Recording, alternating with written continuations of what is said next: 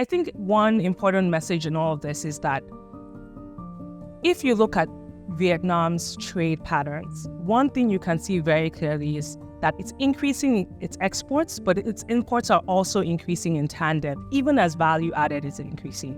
So a really important message for a lot of developing countries that sometimes make this mistake is that we often have this misguided belief that we can increase our value added in complex products without increasing our imports.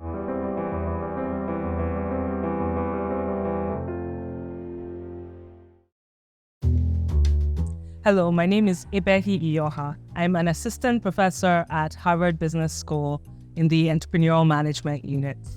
My paper is titled Exports in Disguise, Rerouting During the U.S China Trade War.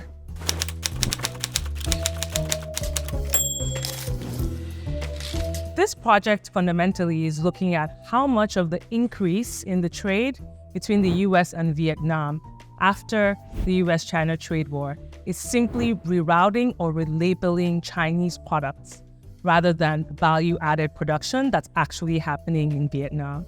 And this is a very timely topic to consider because there has been a lot of significant changes in the trade landscape and how liberal trade has been over the last 5 years. So starting in 2018 with the tariffs that increased during the Trump administration, there's been an escalation of trade tensions between the US and China. This really hasn't decreased significantly over time. And in fact, in 2024, just a few weeks ago, there were additional tariff increases announced by the Biden administration. And so we are moving into an era when these questions of what really happens when you have trade tariff increases and escalations between two major global economies. What happens in third countries? How are multinationals reallocating their production or simply relabeling or rerouting their trade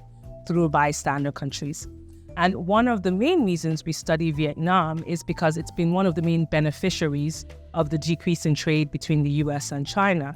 If you look at US imports over the last 5 years, the most significant increase of US imports have happened to be from Vietnam.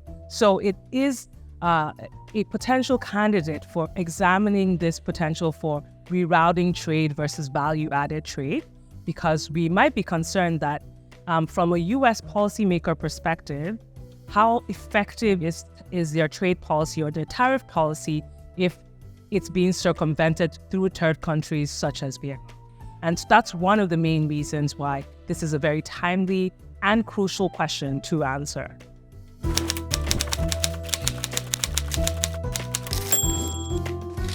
One of the most important findings of our paper is that if you look at just popular discourse, there's a perception that essentially made in Vietnam is just made in China. So the products that the US is buying from Vietnam are simply Chinese goods. But if you look based on the findings of our study, we find that when you carefully measure rerouting and try to distinguish it from value-added activity in Vietnam, you actually see that a low percentage of the increase in trade was actually due to rerouting. So if you take a very expansive, coarse view of what rerouting is, which might overestimate how much rerouting there is, you would think that rerouting, the share of products of exports to the US from Vietnam that were rerouted, i.e. Chinese products in disguise, seemed to increase by over 10 percentage points between 2018 and 2021. But when you do a more careful measurement, really looking at what companies are doing and really taking a granular look at the kinds of products that are being exported, the aggregate share of rerouting appears to be quite low, an order of magnitude lower. So you basically see an increase of about 1.8% to 1.4% to 1.8%, which is less than a 1 percentage point change in rerouting. So the main takeaway of our paper is that measurement really matters. And second of all, rerouting that's happening is not as much as people think. So a lot of the activity that has increased as a result of the U.S. China trade war between US and Vietnam is value-added activity rather than mere relabeling of Chinese products. I will say, though, that that doesn't mean that Vietnam isn't trading significantly with China. In fact, it appears that Vietnamese firms are using a lot of Chinese inputs to produce the goods that they are exporting in China, exporting to the US. It's just that there is value-added production.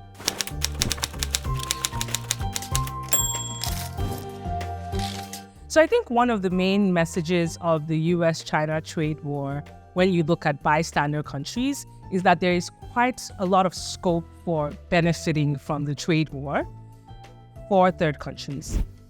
Because the harder it is to export from China to the U.S., which is a major market, it increases the incentives for multinationals and even Chinese firms operating in China that are interested in exporting to the US to move to other locations to avoid these tariffs. So as trade tensions between US and China increase, a lot of major firms, major manufacturers are seeking alternative locations that would be useful bases for finishing their production of products that are US bound.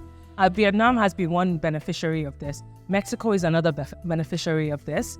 And African countries can also take advantage of this opportunity to basically attract foreign direct investment that could potentially lead to, upgrading and increased manufacturing, because countries are looking for especially low-cost destinations for producing as substitutes for China as a manufacturing location.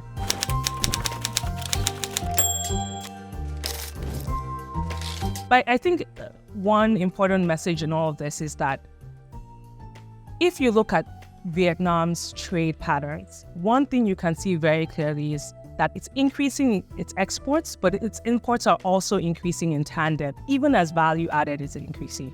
So a really important message for a lot of developing countries that sometimes make this mistake is that we often have this misguided belief that we can increase our value added in complex products without increasing our imports. And that usually is not the case. Increased exports and imports typically go hand in hand. So to be able to take full advantage of the opportunities for exporting that exist and integrate into global value chains, there is the need to liberalize import policy as well, so that producers within the country can get access to cheap inputs or intermediate inputs for their production, and so that they can add value to that and produce more complex goods. And in that way, a lot of emerging markets can integrate into global value chains and actually upgrade along the value production and value added ladder.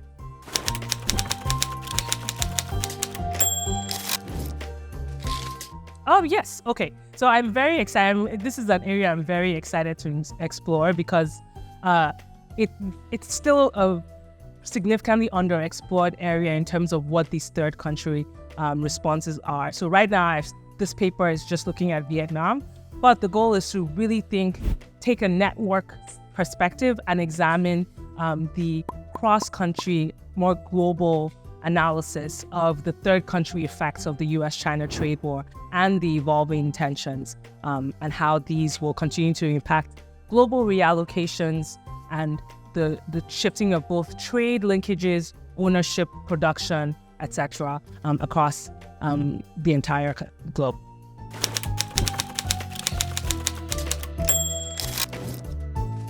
You can find this paper on my website, www.hbs.edu/EIYOHA.